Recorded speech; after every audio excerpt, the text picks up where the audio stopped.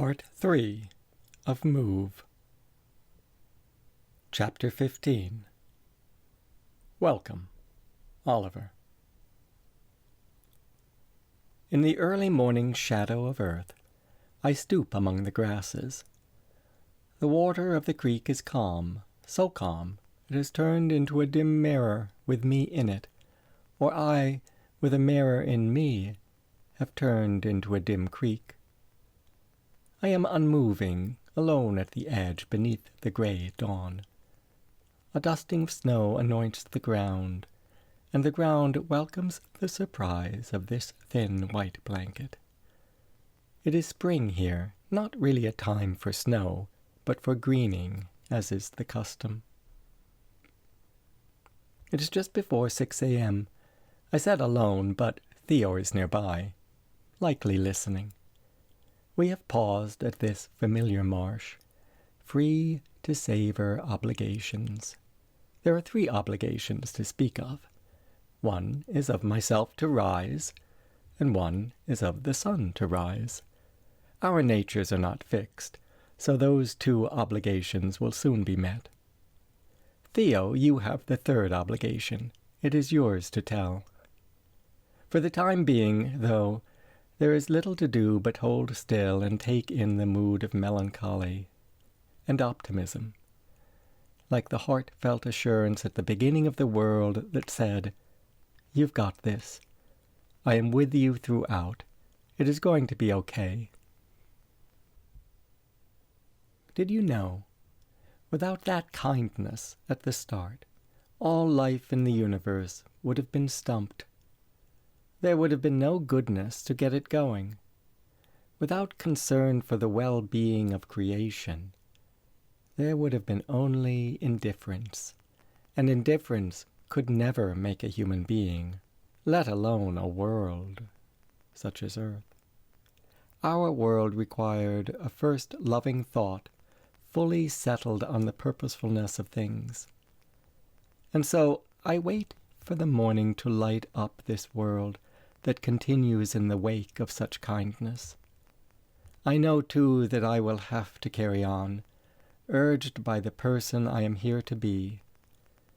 It is I who am you, my future self says, appearing slowly from out of the dark.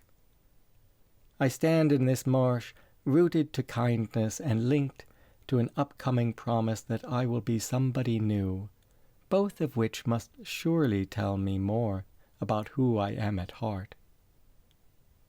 And yet, I have not driven south, have not come to this place to think about myself.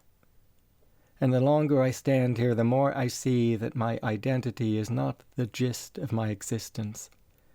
Instead, it is a singular way of being, pieced together by millions of others, the way a story is made up of many words. When I can say, I'm as much sky and clouds as I am my own self. I'm the first bees and ticks and baby spiders of spring. I'm the unseen angels who ask for my time and every ray of sunshine that reaches my heart. When I can say of each person I know and of all who are beyond my perception, you all are my brothers and sisters. You are welcome parts of me. Then I will be getting somewhere. As for now, I stoop among the grasses, waiting for Cricket. I wait for my sister, so I can go with her to the house where our mother is dying. There she is in hospice care at home.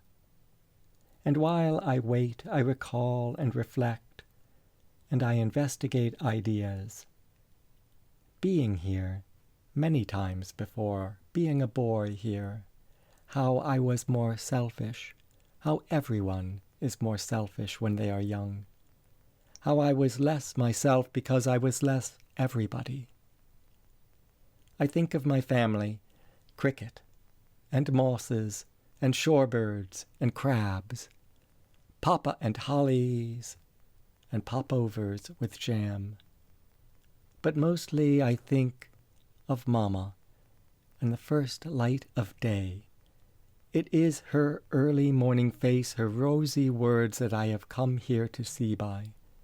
I see her words reflected on the water's soul. The water is quiet, just thinking of her, and the words do not stop, even as I am pensive and sad, watching the last star leave the sky. This grief I carry like a tear on my cheek. I carry it like an injured bird in the cup of my hands. Wiping the wetness from my face, I put the bird gently down, thinking she might recover, thinking maybe she will live to fly again many more days, many more weeks, months, years, knowing, however, that simply will not happen. What dies, dies as it has decided to do. It dies on earth because of something: cancer, heartache, accident, war. No way around it on earth. I do know, though, that death is not the thing I am thinking. It is not what I'm looking at. What I see is life, from its kind beginnings to its full-bodied days. I see life as if it were a being, and the being has a fullness, and the fullness has a soul that is the spirit living in life. And I know now, even as I am sad, that I am not looking at death with its gloom and extinction, but at life with its great round being and unsurrendering soul. And I know that my sadness, if I place it on the marshy ground, will transform with life. The bitterness of my grief will fuse with the spring snow, and soon as the sun is up, the snow will melt and my sorrow will absorb into the earth and be changed. It will become available support for others, food for roots, rhizomes, microbes, scaffolding for lowly worms, endurance for the asking. Despite the murk and mud of this pale morning, my sadness will lend itself to all possible seeds and flowers and other growing things, so to color the days ahead. I'm glad that my sadness will come to something that bees in time can enjoy. Spring in Maryland. I'm telling you things that have brought me here. Cricket is one, her phone call. My mother's illness, the real reason. But also things I've learned since childhood, and especially since that spring day when I was 13 and found you, Theo, still as this creek water, hushed as the grasses, hanging dead in your room. There is a thread I began to untangle back then that, if I am careful, may lead to an ongoing awareness of human existence. At the start of the thread, I learned to see the spirit within everything. As the thread continues to lead me, I've learned of a self on the make and on the unending move. But a self is very little on its own. There is, I'm thinking, an infinite family to find in life. Now, I'm just waiting. Cricket told me she'd meet me here, first thing, by the creek. It's a nice place to start the day. We will go then, Cricket and I, to Mama together. I will say goodbye for as long as it takes. Days, maybe. Cricket thinks no more than a week. She hates to see our mother like this, and I will not tax the room with sadness, but will stand above it as best I can, like the stars with open arms, saying, "There is nothing to be afraid of," saying, "Faint world, chill air, still grasses, I scan the marsh, and these are the hints I get. In silence, a symphony of thought. There are acres and fathoms, and all of them suggest different perspectives. It is my job to welcome what comes my way." Before going to my mother, who sleeps in her bed only a mile from here, I watched the nearby world. Stooped among the juncus and needle rush, I look for the true reality behind everything, which sounds like a lot to look for in a marsh. But I've been working at it for many years, and I can tell you there is nothing kept secret here. The sustaining nature of life does not wish to be hidden. It wishes to be known. Just to my left, for instance, there is something shrouded among the patons that is here for the telling.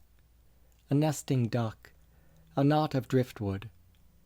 With one step to the side I would see it, and deeper the cradle of roots and tangled rhizomes, and deeper yet a most dreamed of child, who, existing now only as a metaphor, needs our help to be realized.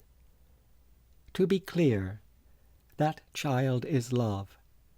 The metaphoric child who needs our help is love.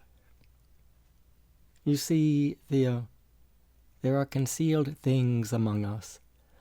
Some are made of cells and tissue, and some are made of spiritual stuff. All are available provided we look with care.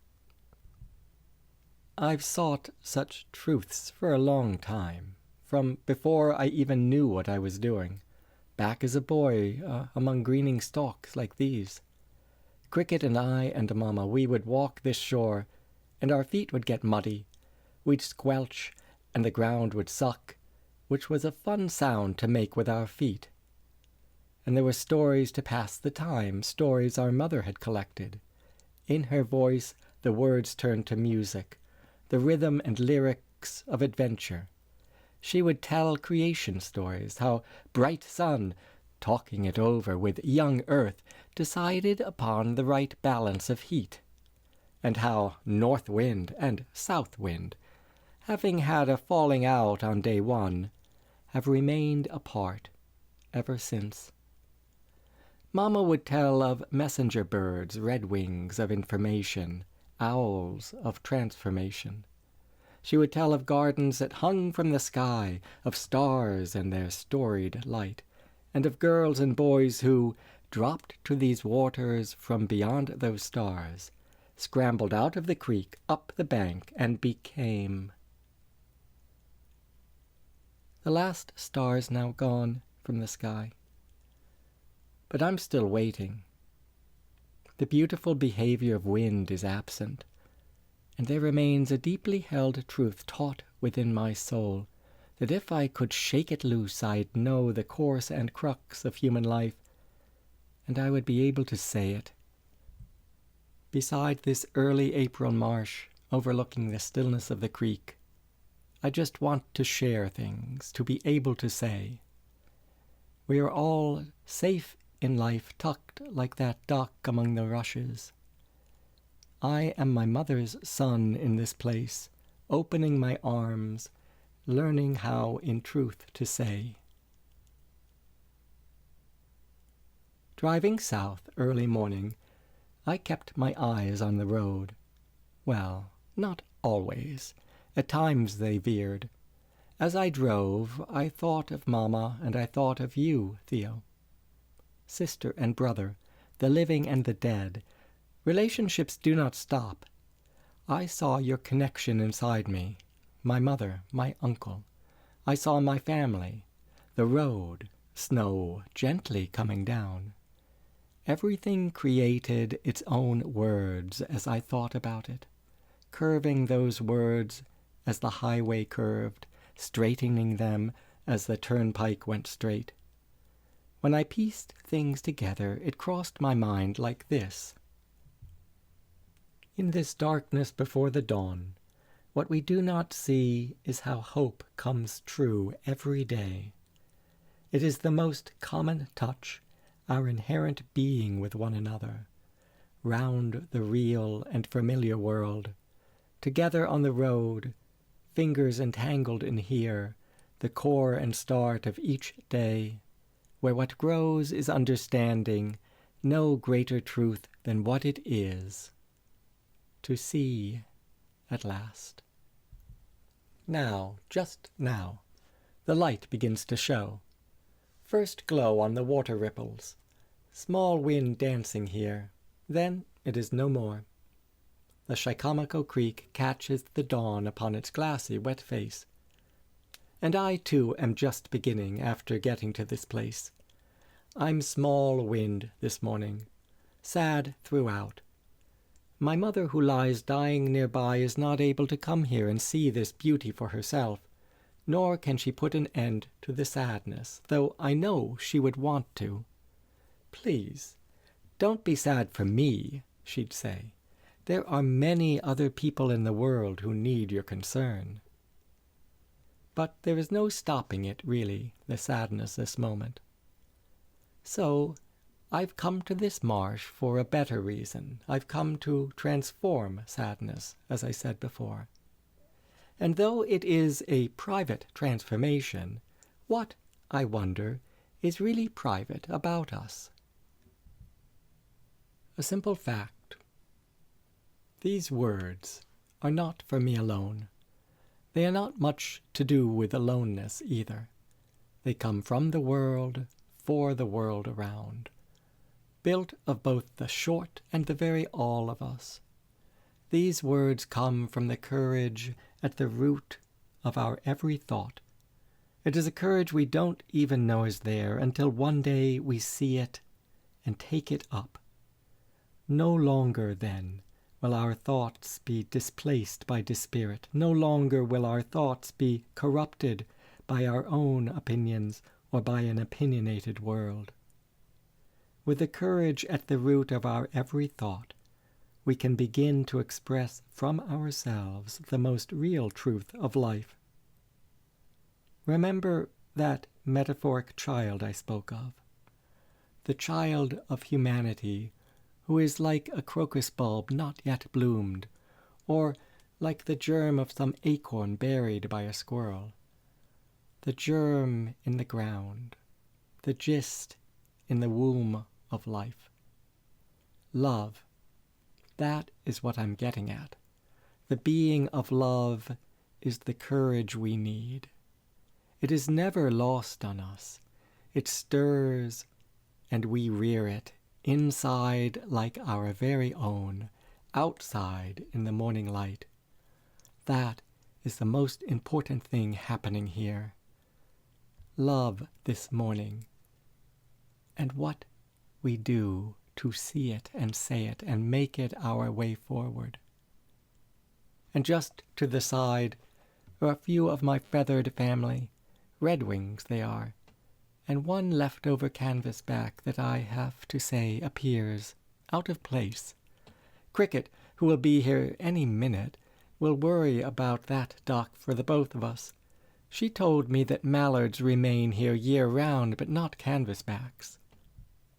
For the time being, however, there is no worry, only one of life's mysteries growing in my heart, and the sun a-coming soon, having never really left us. Of course, a crushing sadness, too, that is mine not to fix. She called last night, not sadness, but my sister, who it is true was inconsolable. Her voice breaking pierced me to the root. Said things had taken a bad turn. Not that she meant to sound like a banshee, just that I should know. Said she had taken Mama outside the day before and shouldn't have. It was too cold and Papa was against it. Said Mama had been begging to go out for days. Said our mother was asking for me now. And Cricket wondered why she had done it. Killed her, she said. Said, why wasn't I there with her? Why hadn't I stopped her? And I told her that she did it for love, and who am I to stop her anyway? But I did not know why I wasn't there. So I packed and drove south, 6 hours through the dark, which became a revealing night of the soul spent on the road. A gentle snow had just begun to fall up north. We had not had much snow all winter, and the ground was mostly bare. But then this snow, to cover things better, to smooth out the roughness, and unify world views. South I drove, Snow mixed with stillness, silence at times. Down to the earth the flakes fell softly. Down the road, a definitive dawn in the works. The elephant in the room is always life.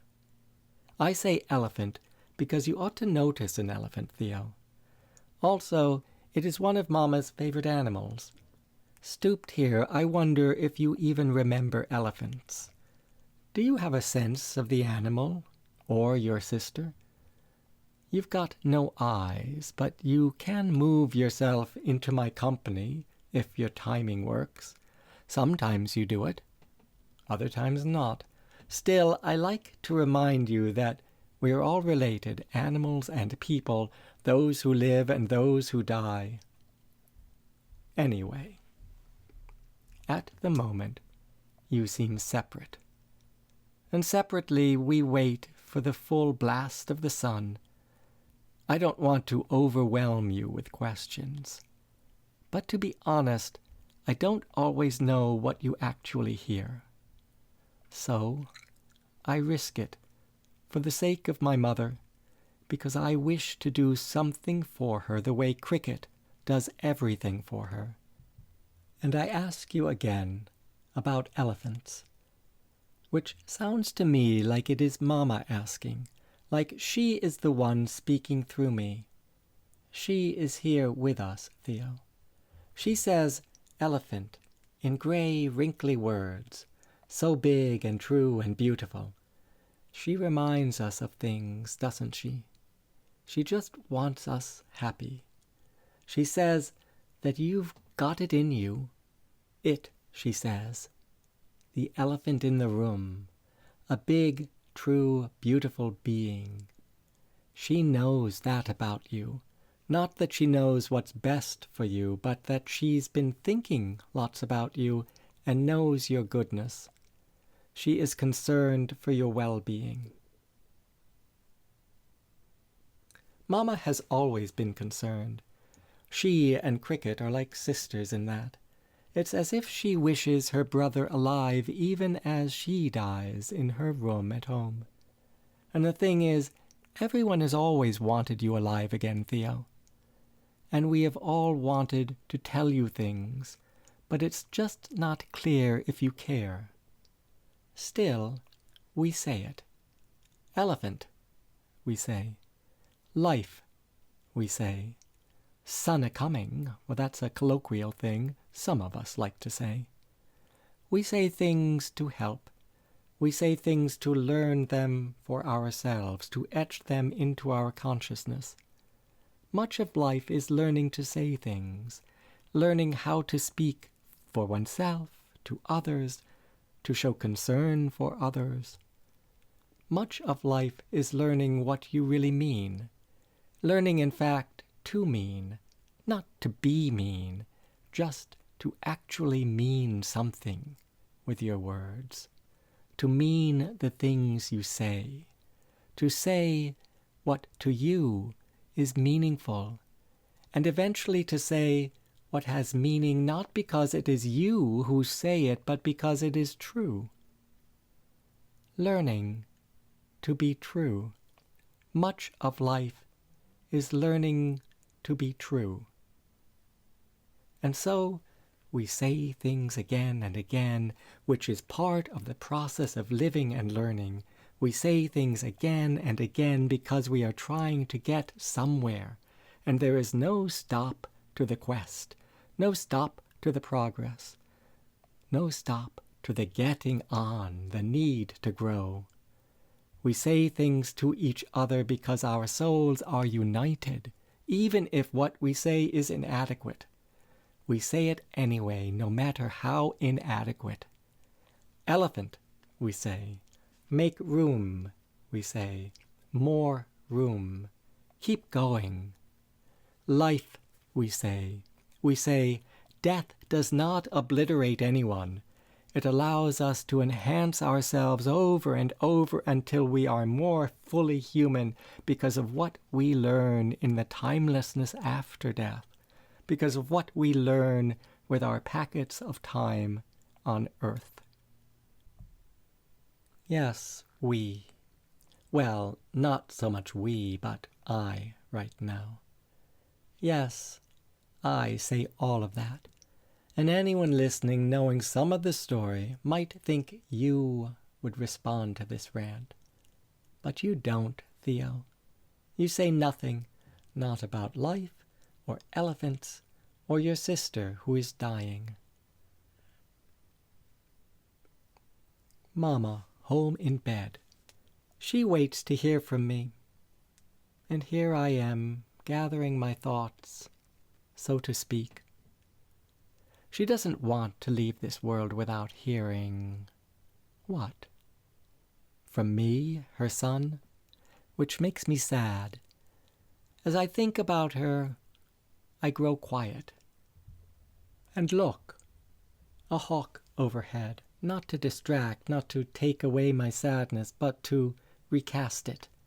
My heart leaps a bit in seeing the bird, high and soaring, eyes on the world, a heightened perspective. And I decide not to be so quiet. Look, I say, life supports us. We are also life. And I say it again and again, and I say that thing about non-obliterating death, too. I say it out loud. It makes my heart leap to say things, and to know that I am not alone in the saying. Hawks say things. Elephants say them. This marsh, the sky, the spring creek speaks. Bulbs burst forth after a winter away. A touch of wind from the south has traveled long to be here. It warms me to feel the wind upon my face and hands, and I stoop here, my heart breaking upon the world, saturating it with sentiment. My heart is an open wound that welcomes more openness. The greater the wound, the greater the welcome, and the greater the welcome, the greater the healing. And no matter the death that happens in the world, it is this better understanding of existence that is the greatest story to tell. I know I am a person of life, immense in passion, pulse, and power.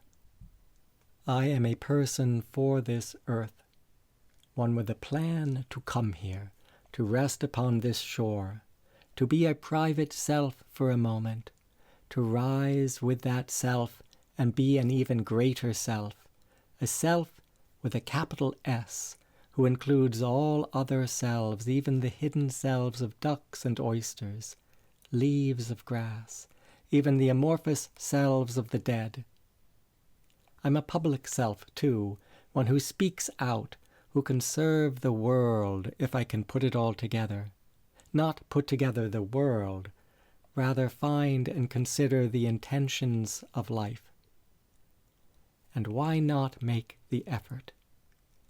Why not do the work that gives meaning and mention to our every day on this planet? I can be the thought of the sun approaching daylight, the thought of waves lapping the shore. I can feel the warmth and waves of the world I'm in, the high and low tides of each human I meet. I can be my own person who welcomes with open arms all gleaming leaves and all shadows too, who accepts both health and sickness as trials of the spirit, of the body, of the heart.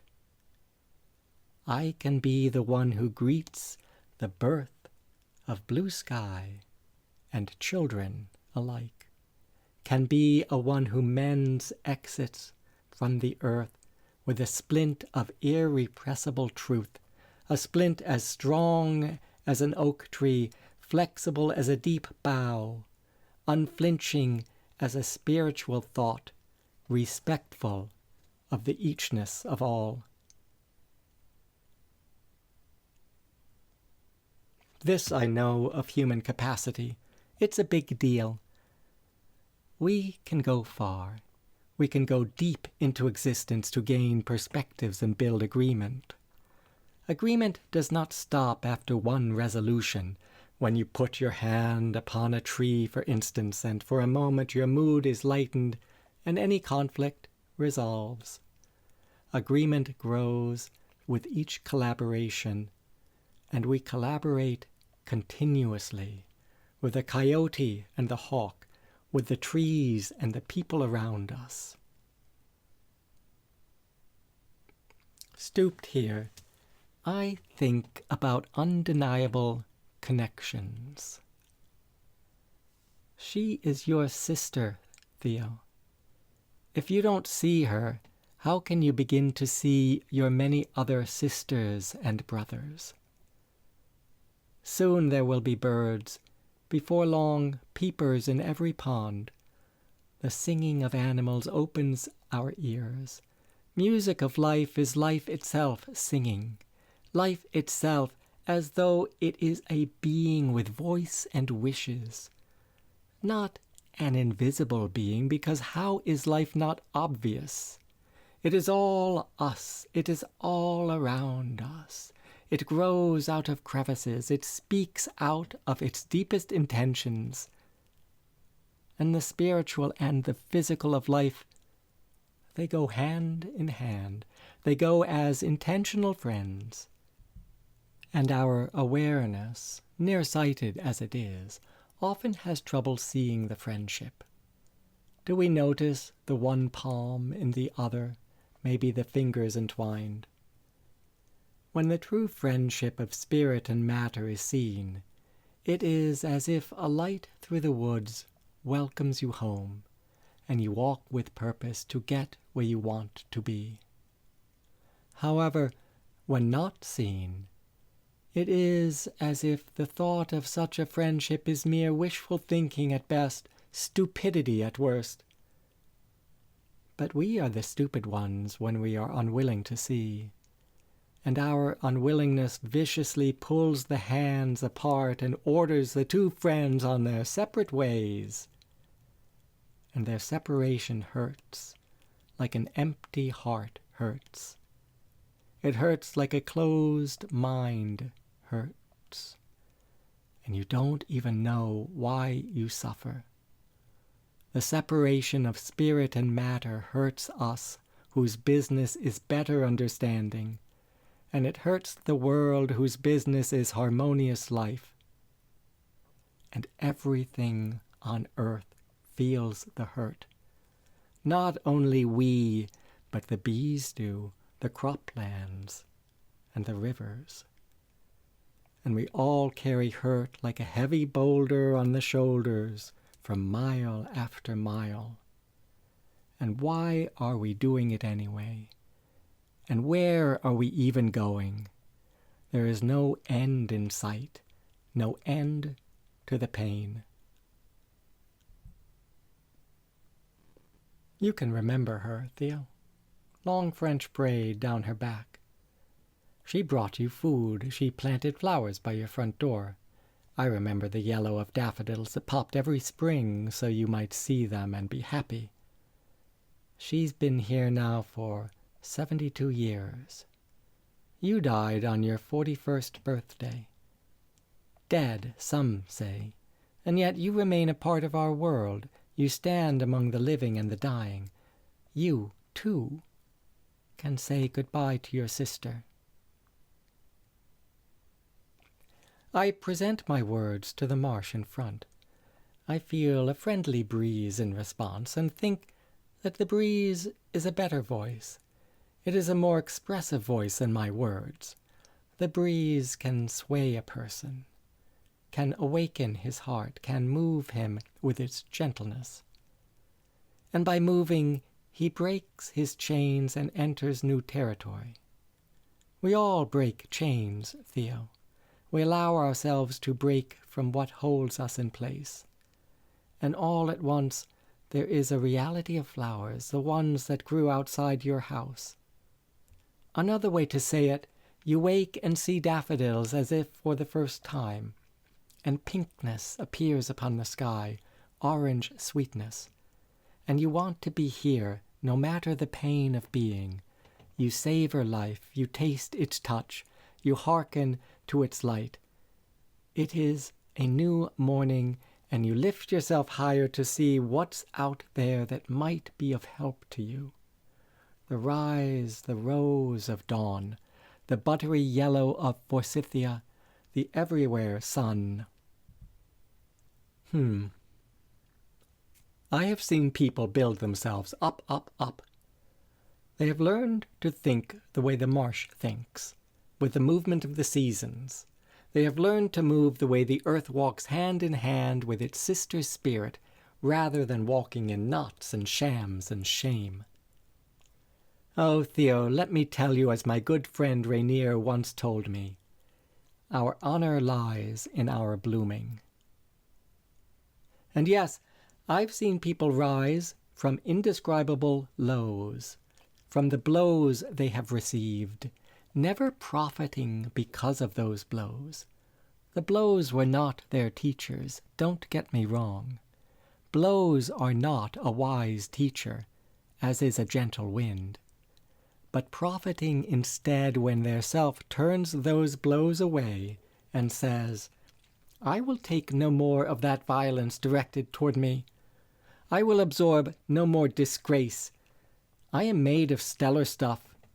I imagine a better world, and in that better world I will act. I will cut ties with my enemies. I am someone upstanding and certain and good. I am in charge here. I am someone to be. Yes, I've seen it, Theo. I have seen such things and other things too.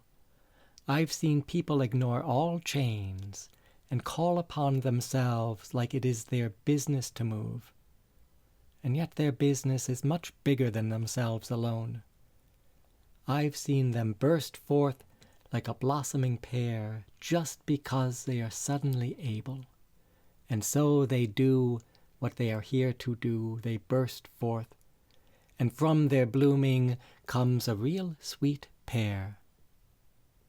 I've seen people become that pear for the sake of themselves, which when they share it is for the sake of others as well. And I've seen it happen. I've seen it often.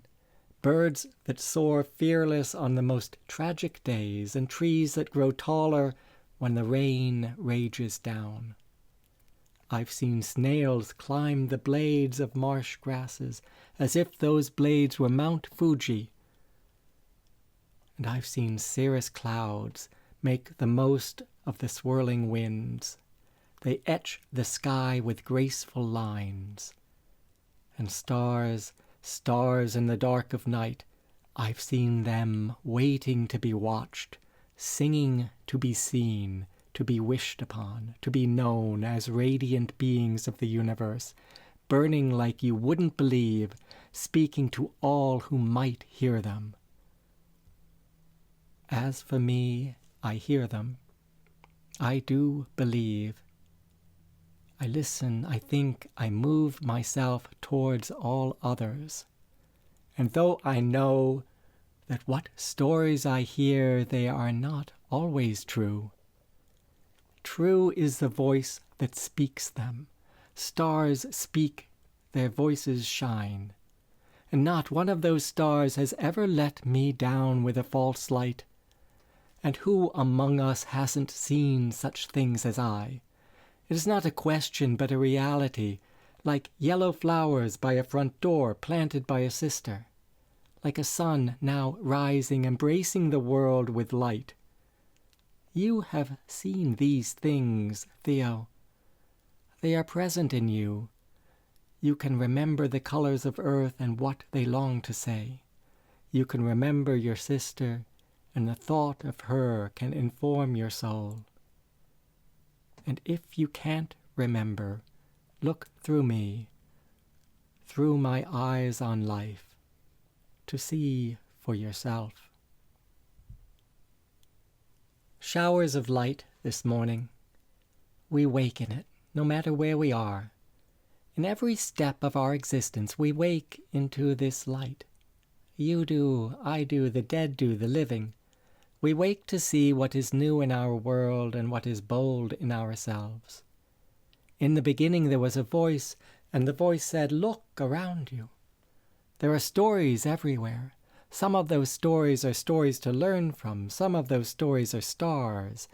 And some are people moving their biographies about, trying to recognize what's out there waiting for them. Maybe it's a mother. Maybe a sister. A warm ray of light. There are things to learn. There are voices, and the voices speak inside you always, in this world and in the next." The thought comes, and I take it to heart. It comes as a dusting of snow that is touched by the first rays of sun. The thought, as snow, speaks of why we are here, radiant on earth. It speaks to how our time on earth is just part of that radiance. The radiance outlives our time on earth. It continues like a sun of its own, and like a sun it will come back to earth to shed more light, new light. I am looking at the crystals of snow. The thought comes, and I take it to heart. And in my heart, the thought becomes my mother. Never before has snow spoken of her like this, a thin layer of language. My hands are in the miracle, spreading it among the grasses. It is cold, it is warm, and soon it will be gone, which is why I can't seem to leave, as if leaving will erase this miracle and I will lose all that I see in the brief early light, as if moving will erase my inner sense of truth of my mother, her earthly being who is home, and the forever person who is her own sure sun, who is radiant, who appears now, crossing the wide creek. Not as a bird, not even a boat, just her ever-present self. And I wonder where she is going and how. How can it be? April the 3rd. The sun is here. Mama has taken a turn for the worse. I've come this way to prepare for the days ahead. I'm not home yet, just taking in the light, talking with it in the thick of myself. But Mama, her time is thin. I wish I'd see more birds, but the world is thin of birds. There's that duck somewhere. But where are the redwings? It is a light world now, a light, weightless world. And Mama has lost so much weight herself. She is in bed, her blue pillow under her head. Papa sits beside her. Her bedside clock ticks and talks. She's had that small square clock forever. And I know it is time to go, so where is Cricket? I can almost see the snow melt. I can't hear its thoughts any more, just my own. Early Friday overlooking the creek. The Chicomico is made of warming waters, with flats for mud, razor-sharp shells, and beds for amorous oysters. Harvest season over. Put away the rake. Time for all oysters to reproduce. But still, no matter the spring, no matter the sun shining upon me, I am stooped, enfolded, sad to be here. Can't get over the immensity of it. My time can be traced back to when I was a boy in these parts, and heard again and again that self-same though slightly younger sun alighting upon things. My perception began with the placement of light. Light fell upon faces, hands, the walls, the floors, the world outside.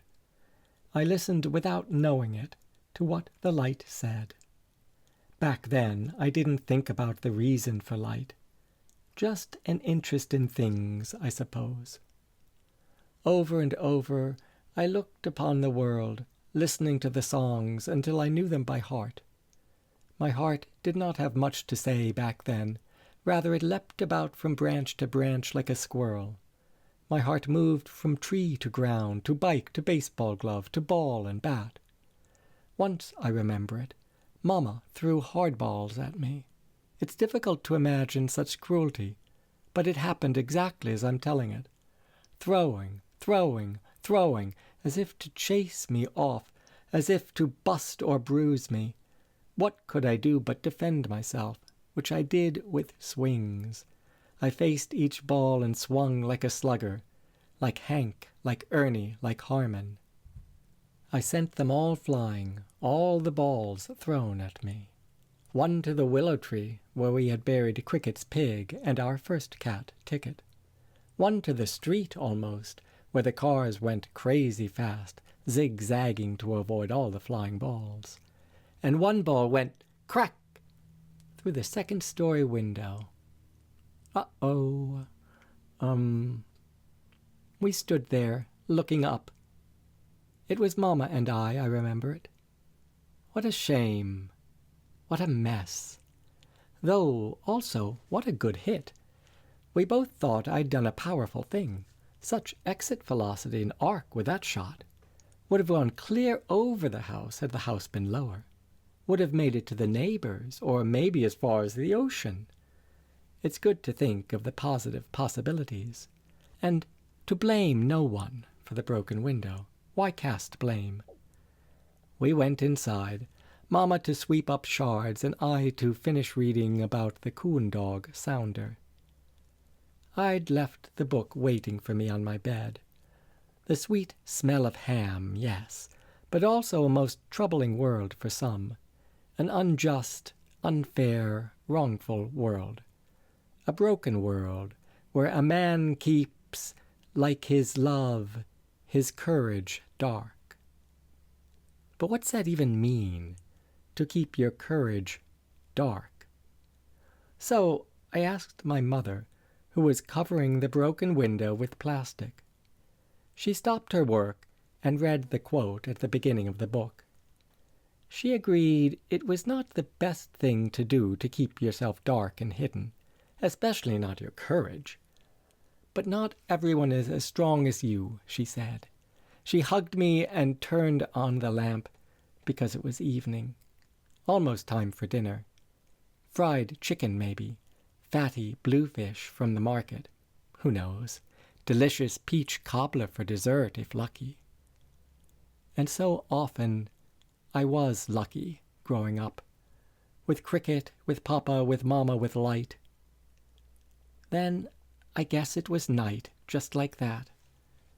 And after night, the next morning, and the next, and the next. And soon there came a day when I stood in the doorway of your death, Theo. Your room, you hanging there the way I've described it before. So often I've described it before. Your courage dark. We've been over this, over it and over it, but still the day follows me with its remembering eyes. I did not turn away then.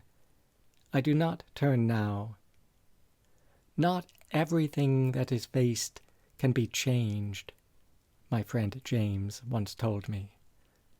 But nothing can be changed until it is faced. Those are words that ask us to act. Yet those were days when things were more inward for me. Those days do not change, but I do. Now I am an organ of better expression. Where the warmth is, I am. The greening grasses, the south wind picking up, the tide coming in, consciousness along with it. Sometimes it happens that I've got enough consciousness to stand with life, to recognize the half of it, the incorruptible whole, to move in tandem and not be undone, to find my way forward. And there, in the finding, what? I am learning to think not only of this earth and its matter of fact, but also from a spiritual perspective, what is behind the scene. It is the spirit of life no less than the material of life that leads me. And I am all at once, like now, somewhere new and larger, even though I remain in this place. It is this marsh, on a Friday morning. I've come from the north to be as near as possible to the source of these thoughts. And I invite love to join me. I invite love to the world as only I am able. Every eye of the world is able to invite love. No one else can do it for us. I invite love to join me in my thoughts and in my sadness.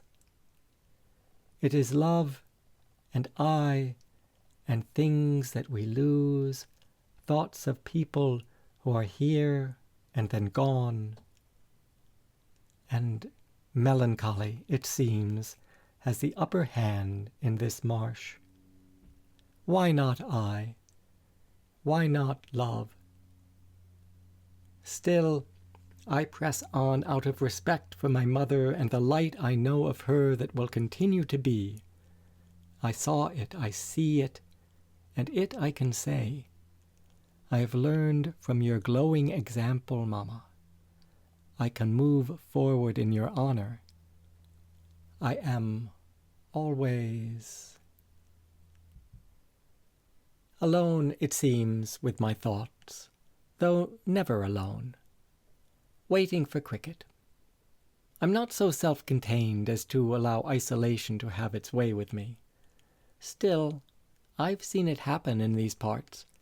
I've seen the disconnected become lost, and the lost become bitter, and the bitter broken, the way a window can be broken, and then, when all the shards fall out, the window is absent. The pain of it apparently gone, but is the pain really gone? And I don't mean to pun.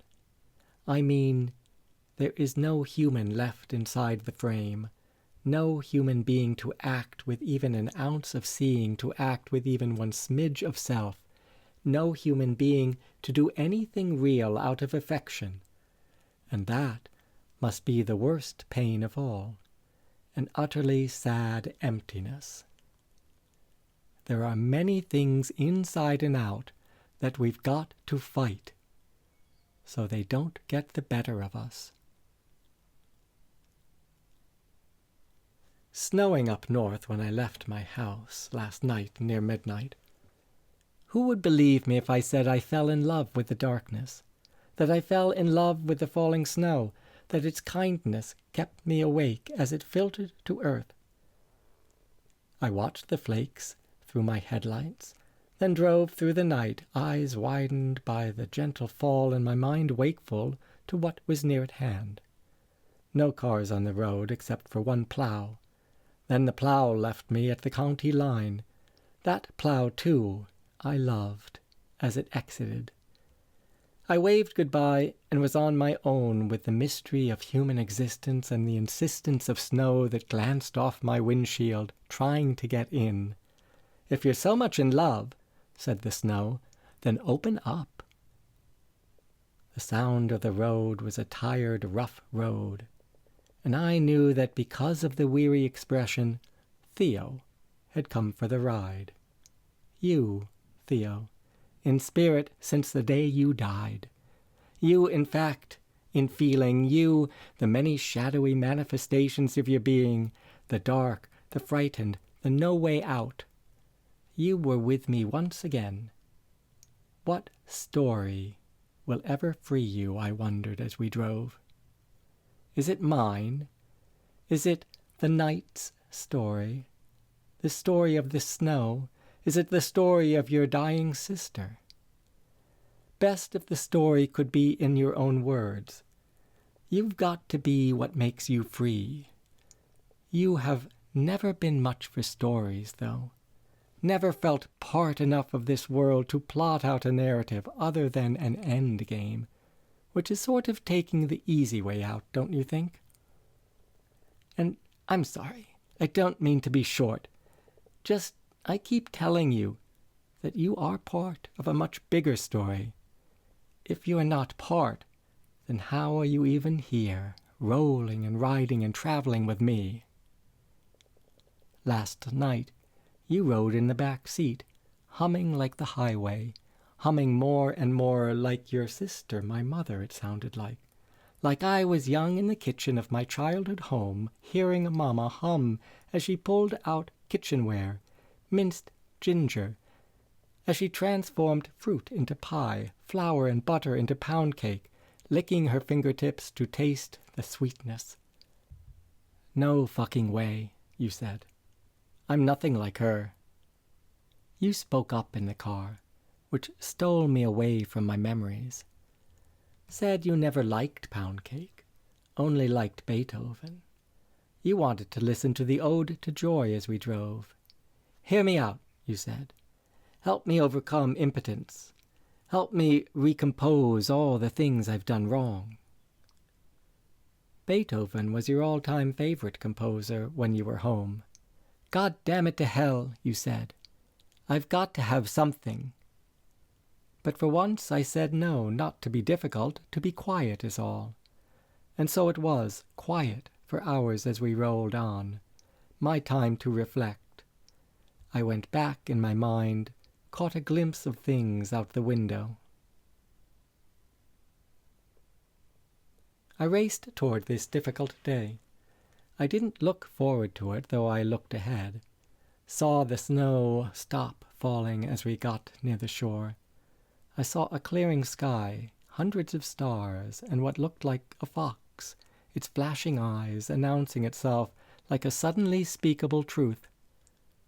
And I saw Trickster Rabbit, an old friend. He snuck up upon the dark. Good old T.R. Ixter, who'd given many stories to my mother for the telling. I remember his tricks, I thought, as we drove. They were good-natured. They were good times. Mama and the countless tales she told, Cricket and me. We under the beech tree, or in the branches of the black cherry, in the house with Jessica and the occasional frog and silverfish. And so I saw my mother as I drove. Again I watched the memory of her young and bright in the clearing night, her bare feet in summer, French braid coming loose, she in her white shorts limping slightly because of her bad leg, which, joked Papa, always stood up for her. Nothing bad about that, he used to say. To have legs that support you, no matter what you've done. I could see as I drove Papa smiling at his clever words. And then my thinking came up to speed. It put Mama home in bed. I saw her there. I saw her cancer, too. Cancer. I watched it, as it ran across the road into the darkness. C is for cancer. It is for bedside clock, for corners with spiders, for concerns of the common man. I saw Papa, too, sitting beside her, his head resting on her blanket, lightly asleep, his hand on her arm, both holding and letting go at the same time. And Cricket in my mind, stroking the cat. C is for Cricket. C is for cat.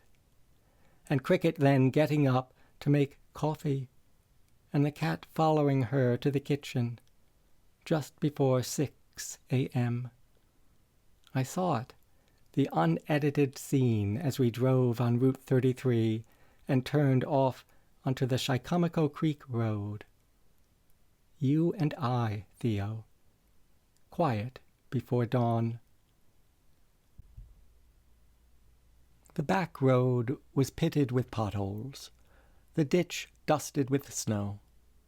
It was just enough snow to clear away the messiness, and I knew that I'd be there soon, in that room with the others, among the early morning light. It wouldn't be long. But first, there was this need, this stop, this time to work something through, this love story in the making. There is never not a time to give love its due, to provide it my attention, to affirm my ability to bring it into our world. So I pulled the car to the side of the road, pretty sure it was the right place, though it was difficult to see.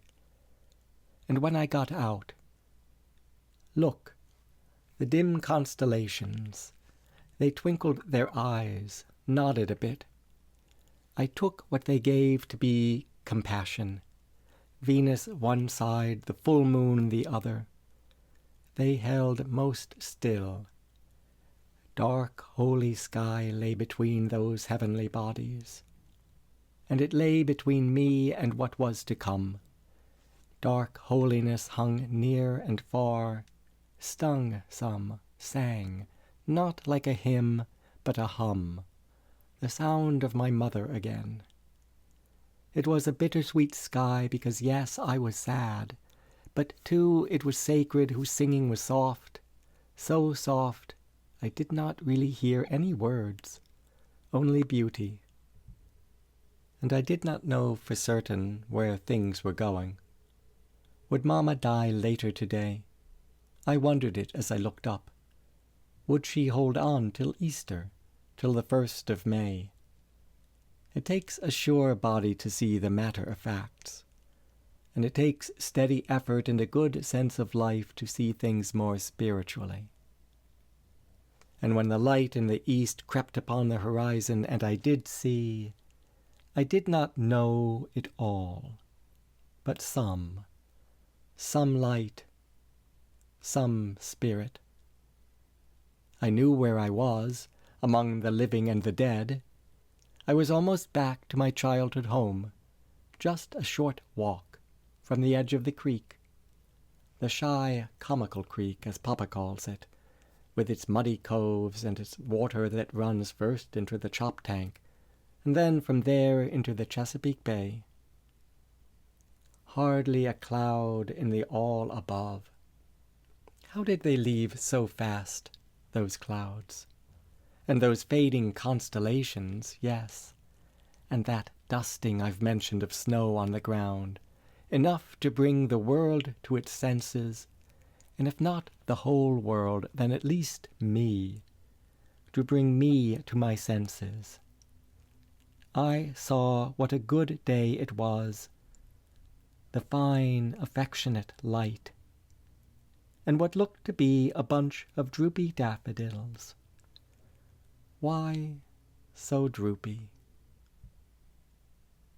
We then made our way, you and I, not the flowers, just us, to the edge of the creek.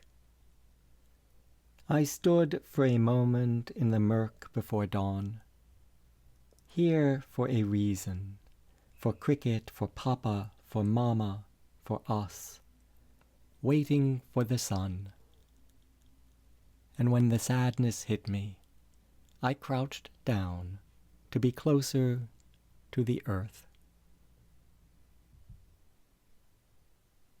For many months I had known that my mother's cancer had no cure. To the extent that anyone wishes to know such a thing, we all knew she was dying. Then, with a call from my sister, it became a reality. What was I doing, not being with her? So I drove overnight, and in my imagination in this marsh I now watch my mother prepare to leave our earth. I do nothing else now but watch, as if I'm allowing it. It frustrates me that I have to allow it. Her cancer, having found her weak spot, has finally taken over. Too much caring. That is her weakness. The cancer grows in her tender consideration of everything. It thrives everywhere in her body that is touched by worry and concern. Her blood, having done its best, is finished with fighting. It has sung her body for 72 years, and she has played along. You and Cricket, she once told me, you were the ones I sang for. Mamma was a natural singer. She made up songs to accompany the story she told. But I also know that her singing was for herself and the many others besides just us two. She would hum to herself in the night kitchen as she baked strawberry rhubarb pies as she washed the dishes. She would serenade spinach. She'd sing ditties to Jessica and the moths. She'd carol the stars. That is what the living do. They sing, they light, they smell of turmeric, the humble earth. Smell of the spring fresh morning, the brine of the marsh. They become well seasoned. And when they die, there is no sudden stop to the music.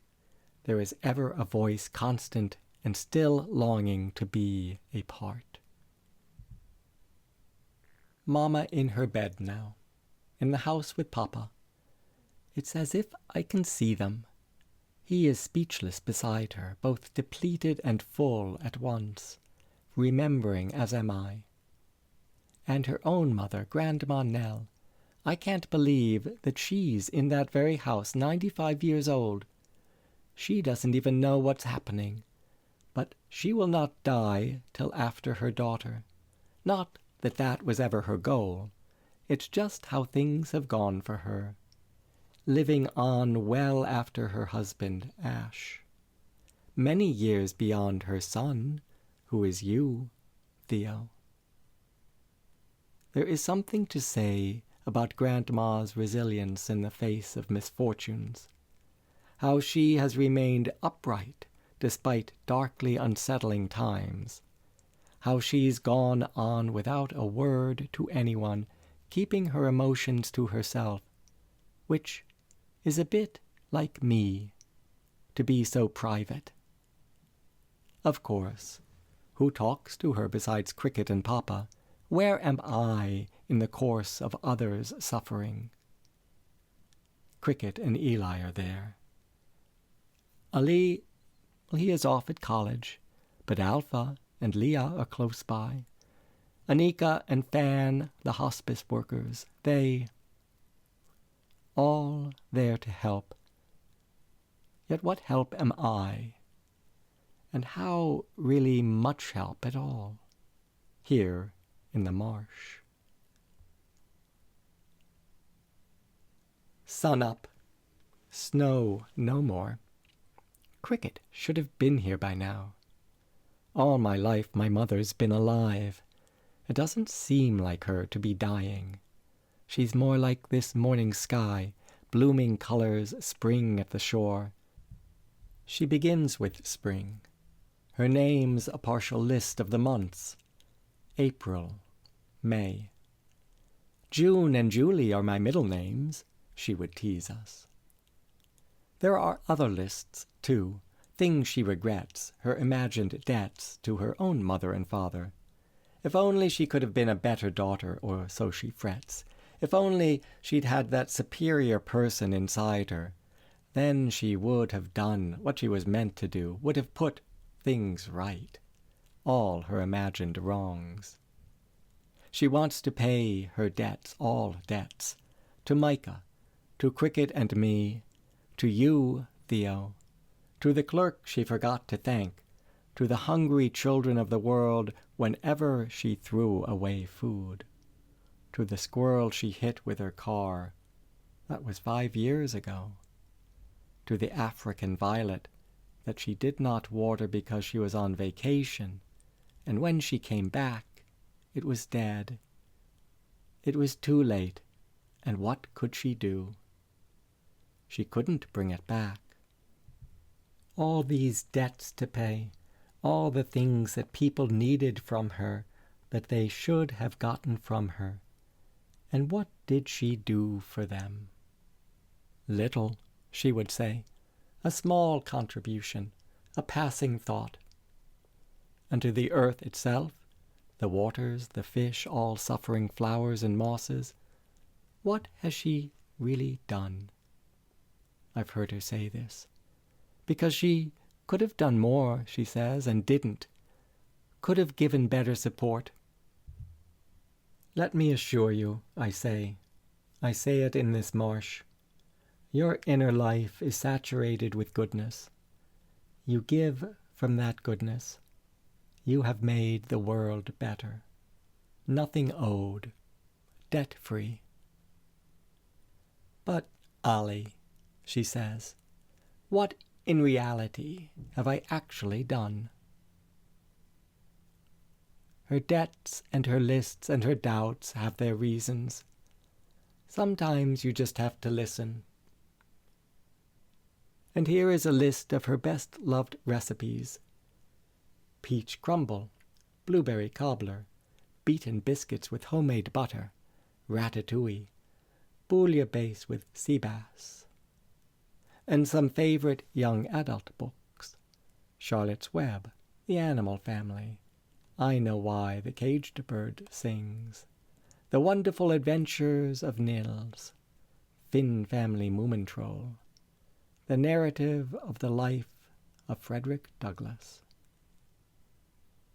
I remember seeing a long list that she'd written of wrongs done to humanity in the name of slavery, and a list of rights given to people, but not animals. Animals are people too, I remember her saying. We have all known her receptivity, the quiet respiration of her life, tiptoeing like an egret so as not to disturb, gracing the world like a columbine in the glen out back, behind the rotting logs. Then, at the end of notebook number 3, she lists the most underappreciated sedges, fescues, and rushes to ever encroach upon flower beds. It is my mother's unwavering support of every grass and every soul that I know best, the sentiment that we of the world are in this together and will continue to be. Our lives are more than the sum of what's happened, the good days and the bad combined. We all have our stories to tell, says Mama, stories that present us to the world. But who would say that that is all of them? There is a hidden gem in each of us that is not a story. It is the truth. And as I look across the marsh, I hear my mother's doubts, her questions. I hear her truth. I look across the marsh, across the water, seeing gems everywhere. The morning sun has melted the snow. A warm wind stirs me. I want to say what sways us to be here, want to encourage our lives toward that understanding. I want to say something real, something to assure Mama, to assure anyone listening, that there are further adventures on earth, that the more of us is less presentation, less plot and circumstances. It is our larger self who is at our backs, who has our backs. That tall self stands behind the scenes. It stands as shade when it is hot, and as the sun when we need the warmth. It stands to inspire us with its own, which is really our own, inherent sense of life. And I want to assure Mama that one lifetime is no way enough to know that self. It is no way enough to know our full family upon this planet either. It is simply not enough time to do the job. We carry time with us in the world. We dip into the supply of time, pulling out what we need, a small portion to carry with us. The time we carry on earth is no more than 1 grain of an infinite beach, 1 grain per lifetime. A large grain, a small grain. Whatever size we each need, we use it for our continuing self. And from the perspective of time, which is the big picture, we use the grain of each lifetime not so we can build ourselves into a mountain, not so we can be the top dog, the greatest leader, not so we can succeed in business and collect the most stuff, not so we can be the best guitarist or finest teacher that the world has ever known, but so we can accommodate love, so we can welcome it, so we can learn its magnitude. Love is our imaginable future child longing to be born on earth, and it needs our time. There is no other way love can get here. And I see, crouched here, the water, its rippled face, and that water, the Chicomico Creek, as much as any oyster or any human, wishes to be told of this eventual child. It wishes to be told of love, as if love is the story worth hearing. But it is not a story, I tell the creek, the hidden oysters, the marshy shore. It is the truth, available to us all. The truth of love is out there. It grows within until one day, who knows how we are ready or how the door so easily opens. But there comes a day, expect it, when before each of us stands love, and we will know it for good. We will feel its weighty realness in the world as actual as budding leaves awake and wild in the whirling wind. We will see the living being of love everywhere in our eyes, like sparkles of sunshine on the creek, like the gleaming gems of one another. Love will be here in our arms, there at our feet, woven throughout the grasses, embedded near the roots with the pebbles and ants. It will fill our thoughts with unification never to be doubted. And then, with no thought to profit from that love, we will express it for each other. And by expressing, change both ourselves and the world. And stooped among these grasses here, I see the clues of this coming truth. I see the face of the water.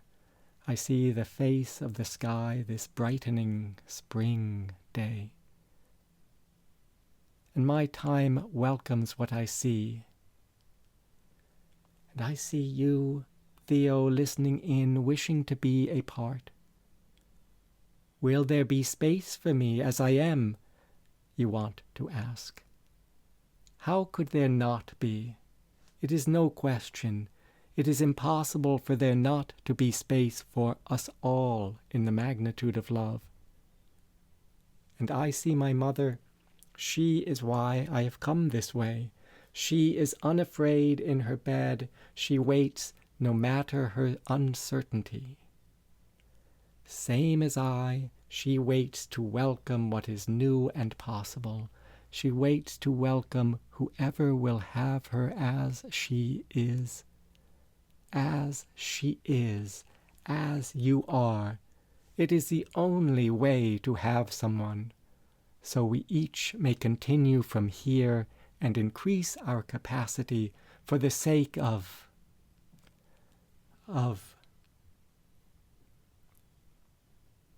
so much thinking this moment. There are highs and lows of feeling. There are roots of remembering.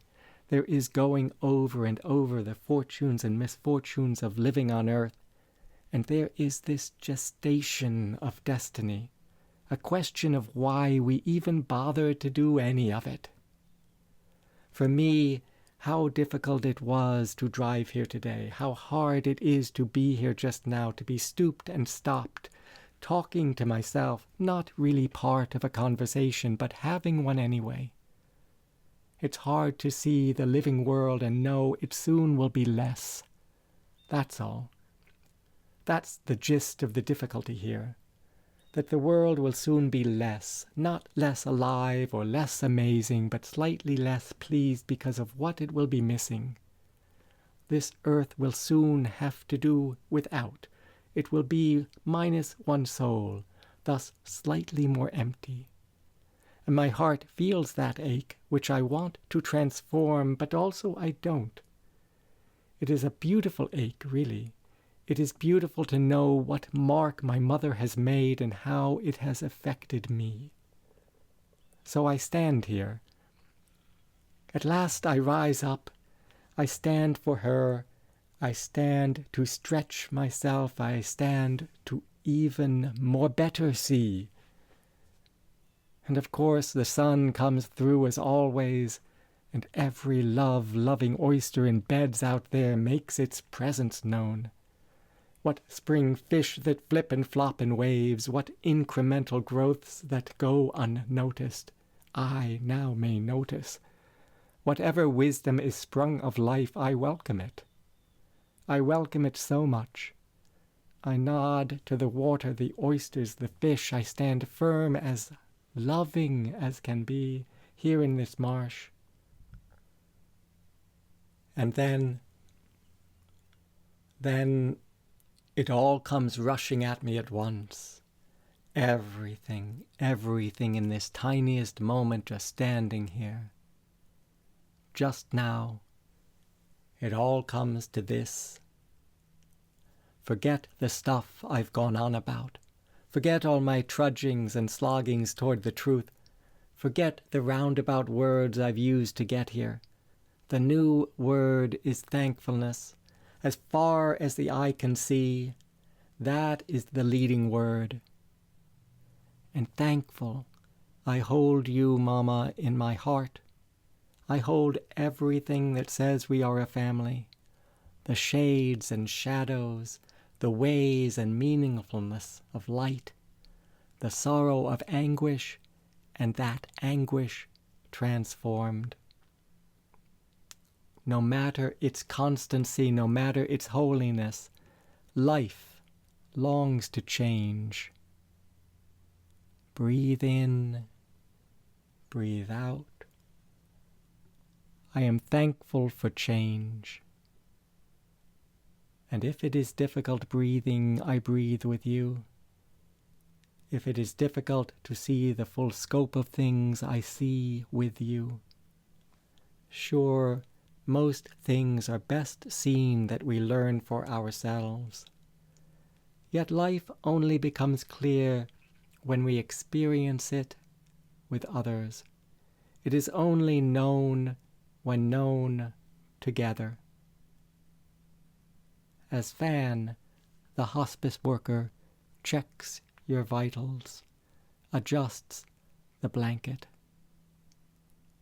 I see it all. I see what is happening. And you and I, with great willingness, welcome what comes to meet us from across the way.